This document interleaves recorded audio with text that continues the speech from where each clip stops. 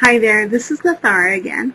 Today I wanted to talk about some of the magical implements we've already been using in our rituals and spell work, namely that of your notebook and your pen. Notebooks and pens can be found just about anywhere. Gift shops, bookstores, office supply stores, toy stores, specialty craft stores, all sorts of different places. And so there's a lot of different varieties of books out there that you can choose.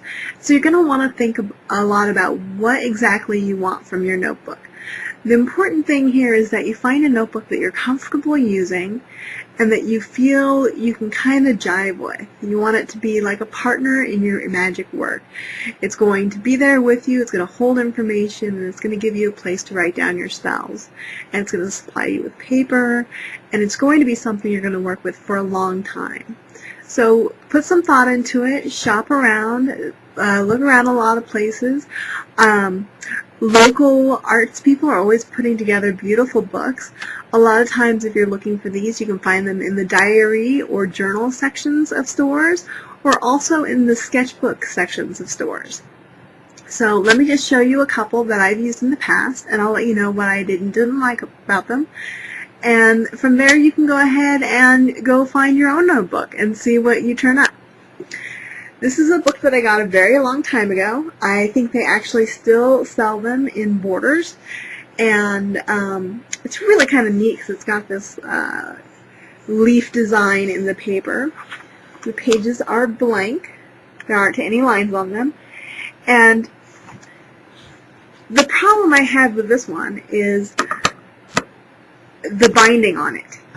And when I started tearing the pages out, I realized that I was starting to destroy the binding, because in tearing the pages out, I brought the binding, or I would have to cut the pages out manually, which wasn't convenient, and then I would leave this kind of edge of a piece of paper in there, which created these funny sections where I can turn straight to the pages that are missing.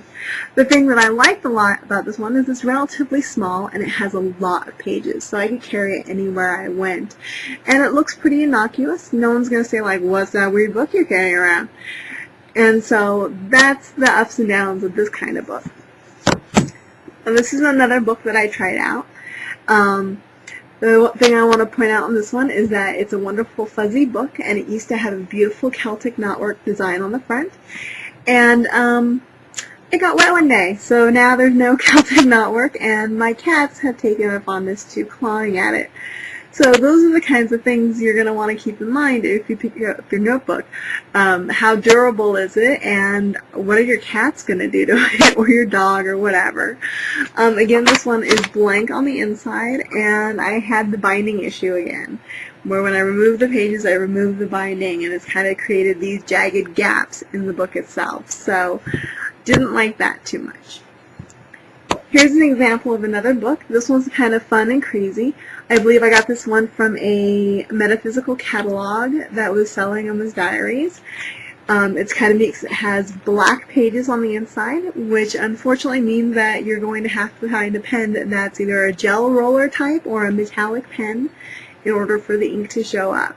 But this one's really cool because it came with a bookmark, so you can mark where you are and where you left off, so you never have to flip around trying to find your spot. And it's a gorgeous book with a big fuzzy dragon on the front. Another one that I got, as you can tell I'm kind of into dragons, is this one. And it's a gorgeous little book. It's all hand-pressed rice paper. I got it from an import catalog that I was receiving at the time. And it's got this gorgeous pressed rice paper on the inside. The only issue with this book is that it's too pretty to use. It doesn't have a lot of pages, and the pages are so gorgeous that I couldn't bring myself to actually write in it. So it has become a thing of art in my house instead of something that is used for anything. One of the favorite books that I got, and I wish I could find again, is this one. It's a beautiful black velvet covered book, a little emblem on the front. You can see that it's spiral bound here, and it came with unlined pages. And so this one worked out really well because not only could I carry it around and it looked kind of cool and it's nice to touch, but I could also pull the pages out and it didn't make a difference to the book. It didn't ruin the binding, it didn't ruin the flow of the pages, and there weren't any remnants left in the book to cause any trouble. So this one was really fantastic. I ended up using it all up, and it worked really well for me. And this one I found at a store in the mall. Shamefully enough, I found it at Hot Topic. So wherever you can find your books, that's where you get them. The current book I use now is a big difference from my books in the past. I have started using things like this. This is a orange Staples notebook. It's got lined paper in it, and I can rip the pages out very easily. They're perforated, which is fantastic. And you know, as you can see, it's also got the spiral bound thing, so I'm not going to ruin any bindings here. And I can take this book around with me anywhere. I can throw it anywhere, my cats can sleep on it, I can spill stuff on it, and I don't really care. I love the durability of this book. And the fact that I can rip pages out or not as I need to. My next book that I'm going to use is this one. I picked this one up. It's a regular college composition book, but it's made out of recycled paper, so it's a little more earth-friendly. Also lined, and the pages again are perforated so I can rip them out. And that's what I'm looking for. Right now I'm in a place where I really want something functional over something pretty. But all that is really up to you. You can decide on a book that you're really drawn to, one that really speaks to you, one that has one of your favorite Monet paintings on it, anything at all. Any book that you like that is going to work for you. Just keep in mind things like whether you want bindings, or if you want spirals, if you want lines, if you want blank pages, if you want it to be really gorgeous, if it's going to be able to stand up to the abuse you plan to put it through, those kinds of things. The next thing I want to talk about is your pen. As you've seen in the last couple spells, that we do a lot of writing on paper and then we burn it. So it's important to have a pen that you can really feel comfortable using.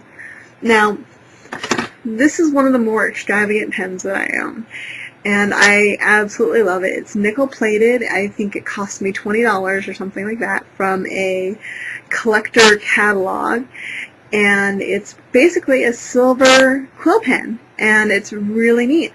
Unfortunately, it's not refillable, so this pen has died, and I cannot put more ink in it, and it's again become just something pretty that I keep around my house. In addition to that, I have a little carpal tunnel, so pens that are this thin up front are very hard for me to write with. So my current pen that I like to use is this one. It's a cute little dollar store Tinkerbell pen with a fatty rubber writing base, and it's all in green, and there's fairies on it, and it's just cute as heck, and I couldn't resist it. So that's my magical pen right now. It's comfortable to write with. I'm not worried about breaking it. I spent $1 on it, and it can go with me anywhere, and it's cute, and it makes me happy just to use it. So that's what I like about my pen. The thing with choosing a pen is that you do want to choose something that is a true pen. We don't want erasable pens. We don't want pencils.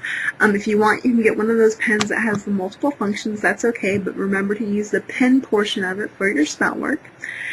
And if you can find a set, sometimes in gift stores or local art stores, you can find a gift set of a matching pen and book, and sometimes that can be really special and just add a level of elegance and grace to your spell work, which really is very appealing.